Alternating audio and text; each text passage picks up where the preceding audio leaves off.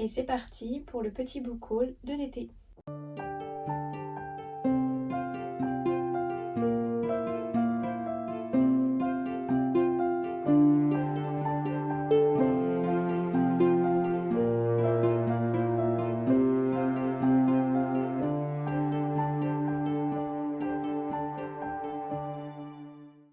Bonjour amis des livres, c'est la chaîne du Cactus qui lit.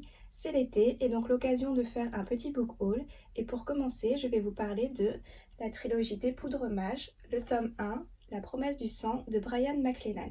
Le maréchal Tamas a fait un coup d'État, il a renversé la monarchie, a mené les nobles à la guillotine et sauvé le peuple d'Adro de la famine, mais il découvre que le plus dur reste à faire. L'instabilité politique a donné des idées aux nations voisines, et en particulier les Kets, qui, privés d'accords commerciaux juteux, sont sur le point d'envahir Adro. Les Poudres Mages, c'est un livre que j'ai découvert grâce à l'Instagram de la maison d'édition Léa Édition. Le premier tome avait été publié dans une autre maison d'édition il y a quelques années, mais pas la suite. Là, il semblerait que Léa Édition va publier les 3 tomes, et je les en remercie car l'univers de cette trilogie m'intéresse pas mal. Un monde ambiance capé épais, apparemment inspiré de la Révolution de 1789, et avec un système de magie qui a l'air assez détonnant. Les Poudres Mages, donc j'ai hâte de découvrir tout ça. Le deuxième livre que je vais vous présenter, c'est L'enterrement des étoiles de Christophe Guillemin. Le cirque de Todestre décide de s'établir dans la cité de Nacte pour offrir un moment de joie à la population. Petit problème, il débarque en même temps que l'avènement d'une prophétie qui annoncerait la fin du monde. Est-ce le fruit du hasard? Todestre, le propriétaire du cirque, semble à croire que non. J'ai découvert ce livre en parcourant le site internet de la maison d'édition Mnemos, et la couverture, que je trouve très énigmatique et très poétique, m'a bien accroché l'œil. Le titre, aussi rêveur que mélancolique aussi, ça m'a donné envie de lire le résumé, et le résumé m'a donné envie de lire l'histoire.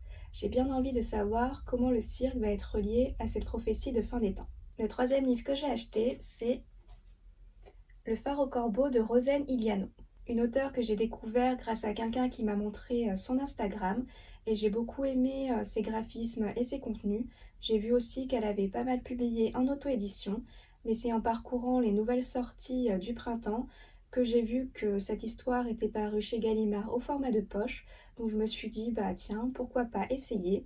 Par contre, je me réserverai cette lecture plutôt pour l'automne et pour Halloween, car nous allons suivre 2 exorcistes, Agathe et Isaiah. Ces deux-là vont devoir partir en mission sur une île bretonne, se rendre dans le manoir de Cararbran, car un esprit nocturne hanterait les lieux.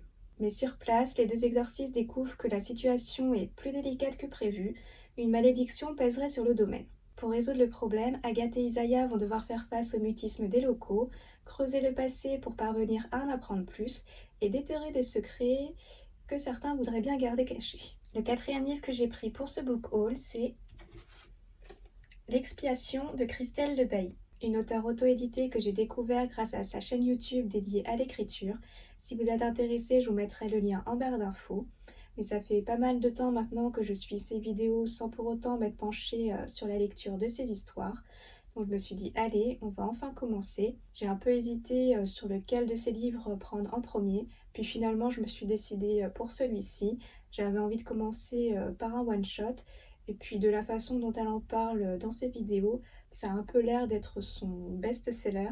Donc bon, je me suis dit, allez, on va tenter avec celui-ci. C'est un roman d'épouvante, un thriller où l'on y suit Jessica.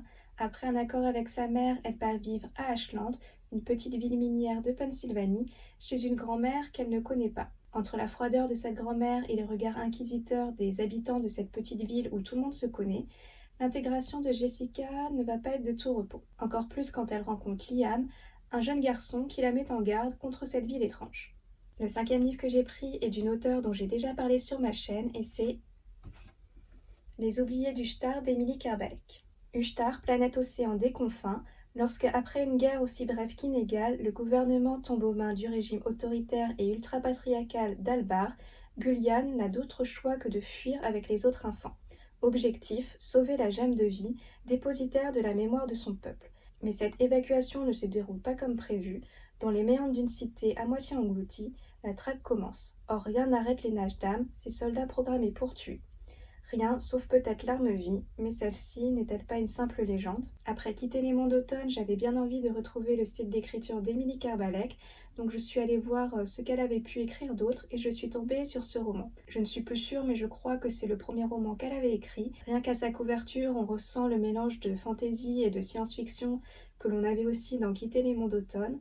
À voir si cet univers sera aussi envoûtant et poétique ou s'il nous embarquera dans une ambiance radicalement différente.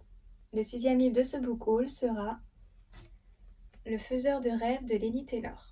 Il existe une cité dans le désert où personne n'a le droit de s'y rendre sous peine de mort. Autrefois, des caravanes débordant de richesses en sortaient et en entraient, mais à présent, la cité est coupée du monde. Son nom a même disparu des mémoires collectives.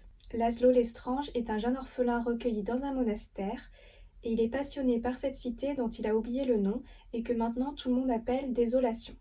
Quelques années plus tard, lorsqu'il devient bibliothécaire, il découvre que la cité existe vraiment, et à partir de là, il va tout faire pour pouvoir s'y rendre. Une cité dans le désert, les rêves, c'est des thèmes qui me parlent pas mal, donc je compte bien sur l'univers de ce livre pour me faire voyager et m'évader un peu de la réalité.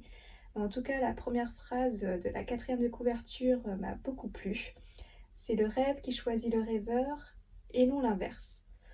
Bon, parfois, il y a des rêves, je préférais qu'ils ne me choisissent pas. Et enfin, le dernier livre de cette vidéo est D'encre, de verre et d'acier de Gwendoline Claire. Et si on pouvait vraiment créer un monde avec de l'encre et du papier?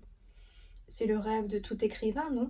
En tout cas, avec un tel concept, j'ai hâte de savoir ce que va en faire l'auteur. Pour un petit résumé, l'histoire se passe dans le monde de Veldana. Jumi et Elsa sont des scriptologues, ceux qui peuvent créer des mondes avec leurs plumes. Mais quand Jumi se fait enlever, Elsa part à sa recherche. Elle se rend sur la Terre, un monde bien différent du sien. Elle se retrouve dans une sorte d'Italie du 19e siècle. Là, elle va s'allier à des terriens pour pouvoir libérer sa mère. Voilà, cette vidéo est terminée. Je vous remercie de l'avoir visionnée. Si vous avez des suggestions de lecture pour cet été, n'hésitez pas à me les mettre en commentaire. Et si vous souhaitez faire plaisir à Cactus, n'hésitez pas à liker, partager ou vous abonner.